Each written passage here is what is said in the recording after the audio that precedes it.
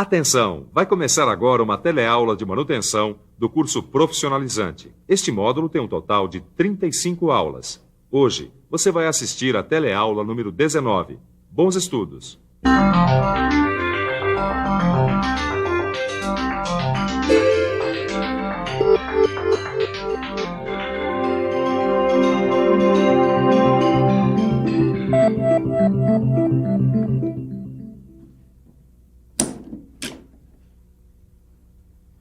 Eu estava aqui desmontando esse conjunto mecânico e encontrei alguns rolamentos com defeito. Então eu vou ter que substituir esses rolamentos defeituosos por outros, tomando cuidado para não danificar os que estão em boas condições. Na verdade, isso que eu estou fazendo aqui é um procedimento comum na manutenção. Na teleaula de hoje, você vai aprender como executar esta tarefa. Isto é, como verificar, desmontar e montar esses conjuntos mecânicos conhecidos como mancais de rolamentos. Ah, você também não sabe o que é um mancal? Então preste atenção, porque este é o assunto da nossa teleaula de hoje.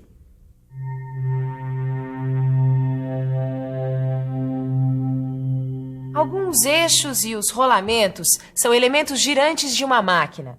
Esses elementos, para funcionarem, necessitam de um suporte de apoio que tem o nome de mancal. E os mancais se dividem em dois tipos, os mancais de deslizamento e mancais de rolamento. Nessa e na próxima teleaula, você vai conhecer os mancais de rolamento. Este aqui é o mancal de rolamento. Ele comporta rolamentos de esferas ou rolos que servem como apoio do eixo. Quando o eixo gira, essas esferas ou rolos também giram. Os rolamentos, por sua vez, podem ser de dois tipos. Estes são rolamentos radiais. Eles suportam cargas que atuam perpendicularmente ao eixo. E este é um rolamento axial, projetado para suportar cargas que atuam na direção do eixo. Mas agora que você já sabe alguma coisa sobre os tipos de mancais e os tipos de rolamentos, está na hora de ver um pouco desse conhecimento aplicado na prática. Então, Caio, o que é que manda aí? Ô, mestre Paulo, tava mesmo querendo falar com o senhor. Olha só, eu tô começando agora a trabalhar com rolamentos e uma coisa que eu não consigo entender é como é que a gente consegue verificar as condições de um rolamento. Esse tipo de verificação é feita pelo tato e pela audição. Ó, eu gostaria de aprender mais sobre esse assunto. Será que o senhor podia me dar algum tipo de exemplo? Se você precisar verificar o processo de giro, gire o rolamento lentamente com a mão. Se o movimento for produzido com esforço ou se ocorre de modo desigual, é que o rolamento está apresentando algum problema. Para fazer a verificação pela audição, você tem que fazer o rolamento funcionar com um número de rotações reduzidas.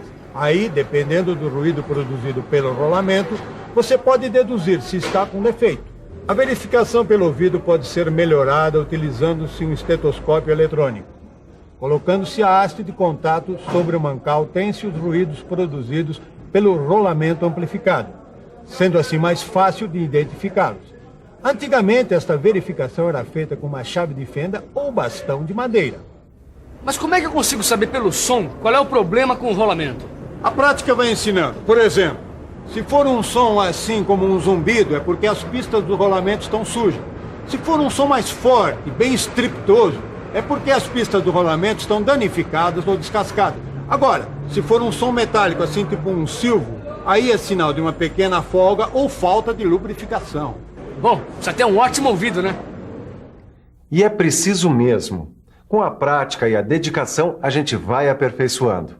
Mas além do ruído, existe um outro fator importante para se observar as condições de um rolamento. É a temperatura.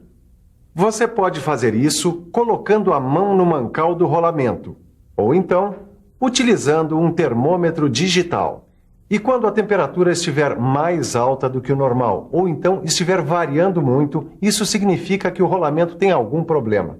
E este problema pode ter diversas causas. Pode ser, por exemplo, por lubrificação deficiente ou até excesso de lubrificação.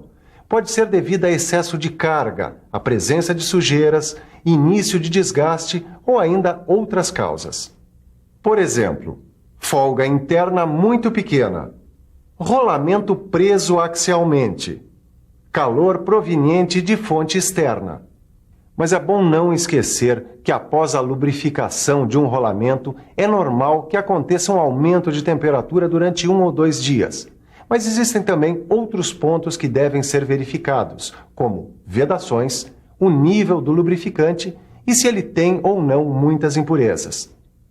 Agora você já sabe o que precisa fazer para verificar as condições de um rolamento e conhecer se ele apresenta algum problema. Bom, mas uma vez detectado o problema, é preciso realizar uma inspeção mais detalhada das várias partes do conjunto que estão com defeito, sempre lembrando que a inspeção dos elementos mecânicos deve ser feita com a máquina parada para evitar acidentes. Além disso, a inspeção deve ter um método, isso é, ela deve obedecer uma sequência de operações. É bom você ficar um pouco mais por dentro desse assunto.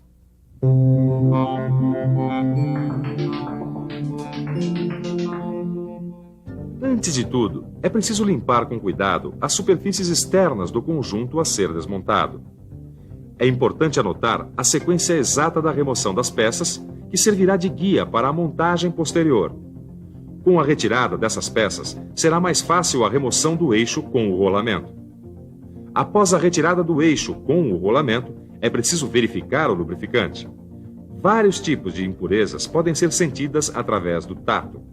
E uma fina camada de lubrificante espalhada nas costas da mão permite que você realize uma inspeção visual.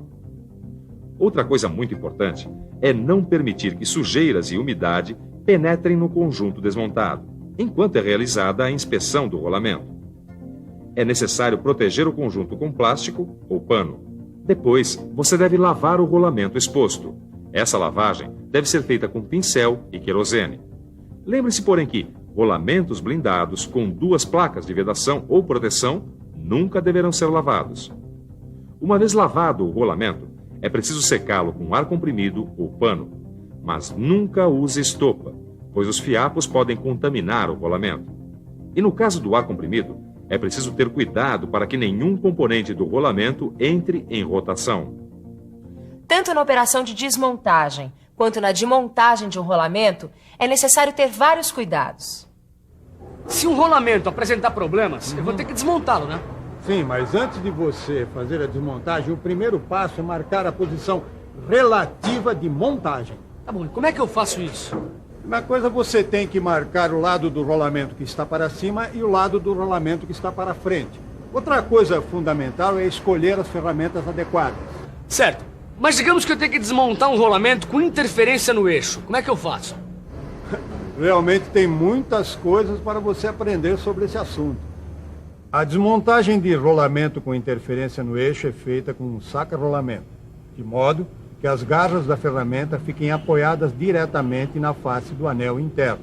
Mas se não for possível alcançar a face do anel interno, você deve colocar as garras sobre o anel externo. Só deve tomar cuidado para que o anel externo seja girado durante a desmontagem. Com isso, os esforços vão se distribuir igualmente pelas pistas. Isso evitará que os corpos rolantes marquem as mesmas. Se você não tiver um saca-rolamento, pode usar um punção de ferro ou um de metal, relativamente mole, com a ponta arredondada. O importante é que a ferramenta deve ser aplicada na face do anel interno. Outra coisa, o rolamento não deverá receber de jeito nenhum golpes diretos do martelo. Este método exige muito cuidado para não danificar o rolamento e o eixo. Com todos esses cuidados que o mestre Paulo indicou, você vai fazer uma desmontagem sem danificar o rolamento. E para montar o rolamento, você também deve ter uma série de cuidados, como escolher o método certo de montagem, observar a limpeza do rolamento e do local da montagem. É preciso selecionar as ferramentas adequadas, que deverão estar em boas condições de uso para a montagem. Depois disso, você ainda tem que tomar várias providências, remover as rebarbas e fazer a limpeza do eixo e encostos. Verificar a exatidão de forma e dimensões dos assentos do eixo. Mais uma coisa importante, se você for substituir o rolamento, só tire o rolamento novo da embalagem na hora de fazer a montagem, porque a embalagem tem um protetor antiferruginoso. Se você aplicar esses princípios direitinho, pode se considerar pronto para iniciar a montagem. Mas não esqueça que você vai fazer a montagem de rolamentos com interferência no eixo. Para fazer esse tipo de montagem, você deve seguir os seguintes passos. Primeiro, lubrifique o assento do rolamento. Depois, Posicione o rolamento sobre o eixo com o auxílio de um martelo. Mas lembre-se de que os golpes não devem ser aplicados diretamente no rolamento, e sim no tubo metálico adaptado ao anel interno. Para fazer a montagem, use as roscas internas ou externas já existentes no eixo. Se o rolamento for pequeno ou médio, deve-se usar prensas mecânicas ou hidráulicas. Mas se os rolamentos forem grandes, é preciso aquecê-los em um banho de óleo, numa temperatura entre 100 a 120 graus Celsius. Depois, coloque-os no eixo antes de esfriarem. Mas se o rolamento for do tipo que tem lubrificação permanente, esqueça tudo que eu falei sobre aquecimento, pois o aquecimento removeria o lubrificante e acabaria danificando o rolamento. Neste caso, você deve resfriar o eixo onde o rolamento vai ser acoplado, pois a contração facilitará a montagem. Mesmo assim, é preciso prestar atenção no tipo de aço que está sendo utilizado, pois alguns deles apresentam modificações estruturais quando são resfriados. Mas, de um modo geral, estes são os procedimentos que você deverá adotar quando for fazer uma montagem de rolamentos com interferências no eixo. Mas e se o rolamento, em vez de interferência no eixo, estiver com interferência na caixa, como numa roda, por exemplo? Nesse caso, você tem que fazer a desmontagem com o auxílio de um tubo metálico com a face plana e sem rebarba, como este aqui. Uma das extremidades do tubo é apoiada no anel externo, enquanto a extremidade livre recebe os golpes do martelo. Esses golpes devem ser distribuídos ao longo de toda a extremidade livre do tubo. Se entre os rolamentos houver algum ressalto, então use um punção ou alguma ferramenta similar, mas aplique o esforço sempre no anel externo. Não havendo condições de retirar o rolamento utilizando os métodos anteriormente citados, utiliza-se um saca-rolamentos com hastes reguláveis, aplicado no anel interno do rolamento. Uma vez desmontado o rolamento e sanado o problema, os passos para a montagem vão ser basicamente os mesmos da montagem do rolamento com interferência dos eixos. Ou seja, usar um tubo metálico contra a face do anel externo após a lubrificação das partes a serem montadas. E cuidar para que o rolamento não fique desalinhado em relação à caixa. Você também pode utilizar uma prensa hidráulica ou mecânica, e se os rolamentos forem grandes, deve ser aquecida a caixa para a montagem. No seu livro você vai encontrar ainda como fazer montagem e desmontagem de rolamentos sobre buchas. Mas vamos com calma. Antes, que tal uma boa revisada em tudo que a gente aprendeu hoje? E atenção, se liga aí que é hora da revisão. Na teleaula de hoje, você aprendeu que mancais são suportes de apoio para rolamentos e eixos, que são elementos girantes de uma máquina, e que existem mancais de rolamento e mancais de deslizamento. Aprendeu também que as condições de um rolamento podem ser verificadas pelo tato, pela audição ou por fatores como a temperatura. E viu como se faz a verificação e a inspeção de rolamentos em conjuntos mecânicos. Conheceu, afinal, quais são os procedimentos para a desmontagem e montagem de rolamentos com interferência no eixo e com interferência na caixa. No seu livro de estudos, você vai encontrar todos esses processos descritos, além de outras informações que vão complementar o seu aprendizado. Não deixe esse assunto esfriar. Bons estudos e até a próxima!